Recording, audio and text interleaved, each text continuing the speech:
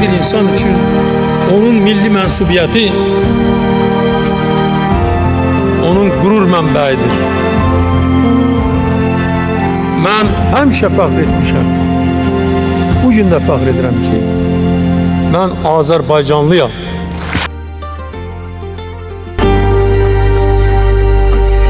Səhər doğur ümidlə bu vətən torpağı, tarix yazdı adını, sabah açdı ümidi.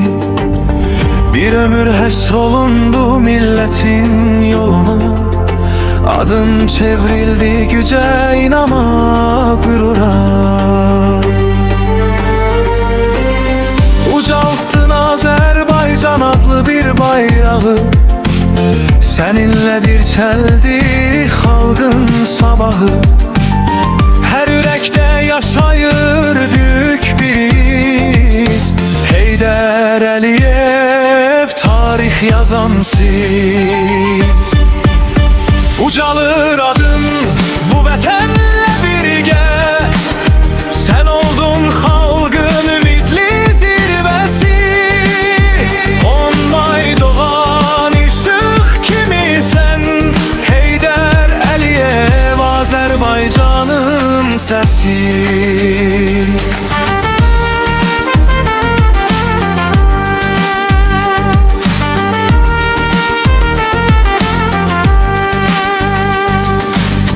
Çetin yollar geçti bu vətən seninle, güç taptı millet senin elinle.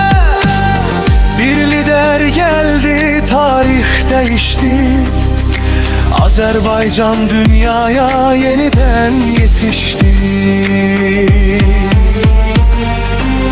Sözlerin yol oldu geleceğin nesile, İnamın ışık saçtı her bir üreye.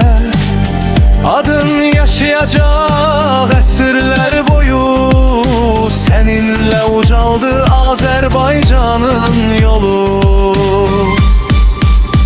Ucalır adın bu vətənlə birgə, sen oldun halkın ümidli zirvəsi. 10 may doğan ışık kimisən, Heydər Əliyev Azərbaycanın səsi. Bir ömür vətənə həsr olunan həyat, adın tarixdə əbədi bir imza, bir səadət. Sen varsan yaddaşda, sen varsan səsdə, Heydər Əliyev Azərbaycan nəfəsində. Ucalır adın bu vətənlə birgə, sen oldun halkın ümidli zirvəsi.